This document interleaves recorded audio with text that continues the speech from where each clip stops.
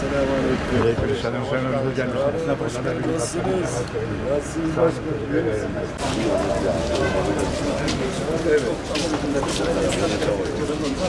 Evet. Maske. Bak burada ceza yazar polis ya. Ömer Bey. Gel Ömer Bey. Bir hafifisi var. Allah sizler nasılsınız? Allah kolaylık versin. Nasıl gidiyor değerli kardeşim? Maske takıyoruz. Peki müşteriyi uyarıyor musunuz? Takıyorlar.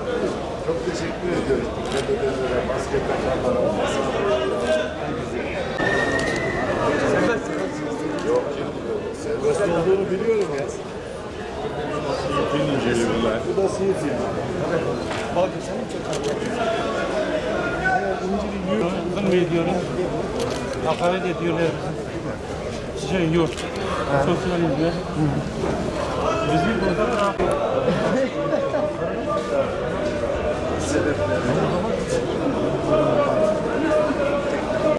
Benim burada hoş safa geldin. Hoş sağlık saatidir inşallah. İyiyiz. Virüs yok değil mi ailede? Hastalık.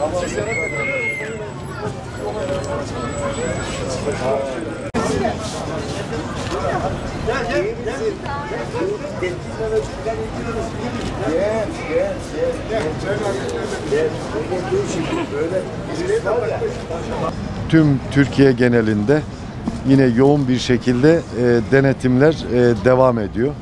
Biz de Siirt'te her gün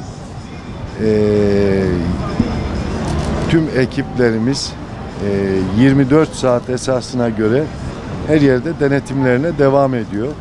Biz de şimdi az önce beraber işte pazar yerini, şimdi de şehrimizin en işlek caddelerinden Güres Caddesi'nde bu denetimlere biz de iştirak ediyoruz. Ben sizlerin vasıtasıyla tüm vatandaşlarımızdan kurallara uymasını istirham ediyoruz. Değerli arkadaşlar, biliyorsunuz biz de Siirt olarak daha önce de bunu paylaşmıştık. Son bayramdan sonra, Kurban Bayramı'ndan sonra vakalarımızda ciddi bir düşüş var. Bu düşüşü devam ettirmek istiyoruz. İnşallah 21 Eylül'de okulların açılmasıyla, yüz yüze eğitimin başlamasıyla bu vakaları Kurban Bayramı öncesine düşürmek istiyoruz. Sonraki 4 haftada yani önümüzdeki işte 2. ayda yine Ramazan Bayramı öncesine Mayıs-Haziran ayı rakamlarına vakaları düşürmek istiyoruz. Bunu planlıyoruz ve bunu hedefliyoruz.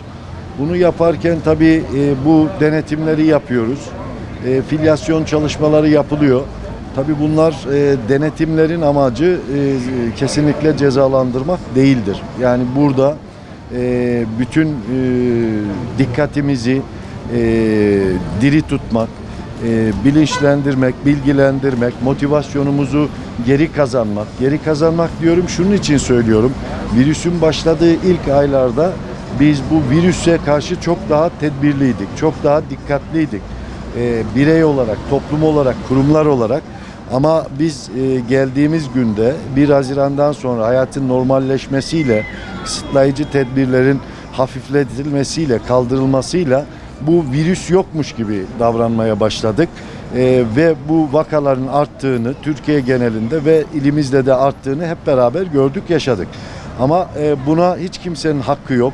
Bugüne kadar verilen emekler, bütün çabalar boşa gider. Allah'a şükür biz tekrar düşme eğilimine girdik ve bunu belli bir takvimde düşüreceğiz. Ben özellikle tüm topluma, tüm bireylere, tüm ailelere, anne babalara, tüm kamu kurumu arkadaşlarımız, tüm özel işletmelere istirham ediyorum. Sivil toplum kuruluşlarına, çocuklarımıza, gençlerimize, yaşlılarımıza bu tedbirlere lütfen uyalım. Mecbur kalmadıkça kalabalık ortamlara girmeyelim. Yani burada Tabii çok ciddi tedbirler alındı. Yine Sağlık Bakanlığımız, İçişleri Bakanlığımız, yine İl Hıfzı Sıhhat Kurulu olarak bu tedbirleri biz de aldık ve bunları uyguluyoruz. Ama unutmayalım ki bu tedbirlerin uygulanması lazım. Yani şunu herkesin yapması lazım. Biz kamu kurumları olarak bütün işlerimizin önüne pandemiyle mücadele, salgınla mücadeleyi koyduk. Bütün bireyler, bütün özel işletmeler, kamu özel, herkes bunu böyle yapmak zorundadır. Her birey kendini korumak zorundadır. Anneler, babalar kendilerini ve çocuklarını korumak zorundadır. İşletmeler kendilerini ve çalışanlarını, müşterilerini korumak zorundadır. Bizler kamu kurumları olarak çok önemli görev yapan kamu kurumları, en zor zamanında vatandaşın yanında yer alacak kamu kurumları kendi asli görevlerini yapabilmeleri için mutlaka kendi çalışanlarını ve kendi kurumlarını, işlerini korumak zorundadırlar. Dolayısıyla bütün toplum, bütün bireyler hep beraber birbirine destek olacağız. Denetlemelerle, moralle, motivasyonla, birbirinin moralli motivasyonunu yükselterek bu konuda ihmalleri de tespit edip artık bundan sonra cezalandırarak bu tedbirleri uygulamak zorundayız. Çünkü bunun bize, ailemize, toplumumuza, ilimize ve ülkemize en maliyetsiz olan mücadele bu ve bu hepimizin elinde. Çok basit 3 kural var. Temizlik, maske ve mesafe. Bunlara uyalım.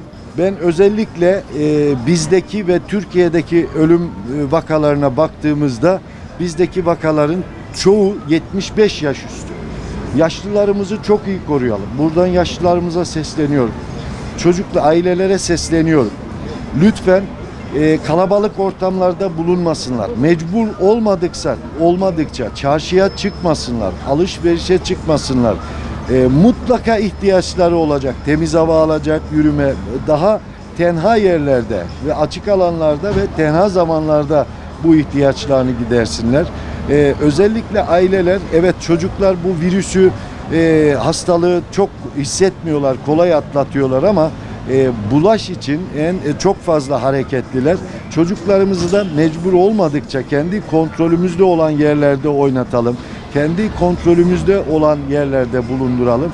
İnşallah biz 21 Eylül'e kadar az önce de dediğim gibi bu vakaların belli bir seviyeye düşmesini sağlayacağız. Sonraki bir ayda da Ramazan bayramı öncesi seviyeye düşüreceğiz. Soğuk mevsimde, kış mevsiminde, grip mevsiminde de tek haneli rakamlara inşallah hep beraber bunu düşürmek zorundayız.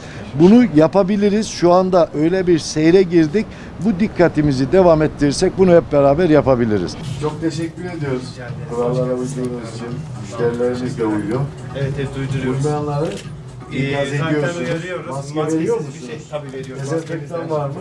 Hatta 2 hafta üst üste geldik. Cuma günü oldu. Hatta bir hafta öncesinden de geldik. Bizi almadılar oraya. Yani biz dedik sizinle görüşmek istiyoruz. Tamam Yusuf. Bu sefer beni davet ediyorum. Gel görüşelim. Oldu mu? Lise mezunusun. Şimdi burada ne kadar ters ya. Çalışacaksın. Teşekkür ediyorum. İyi akşamlar.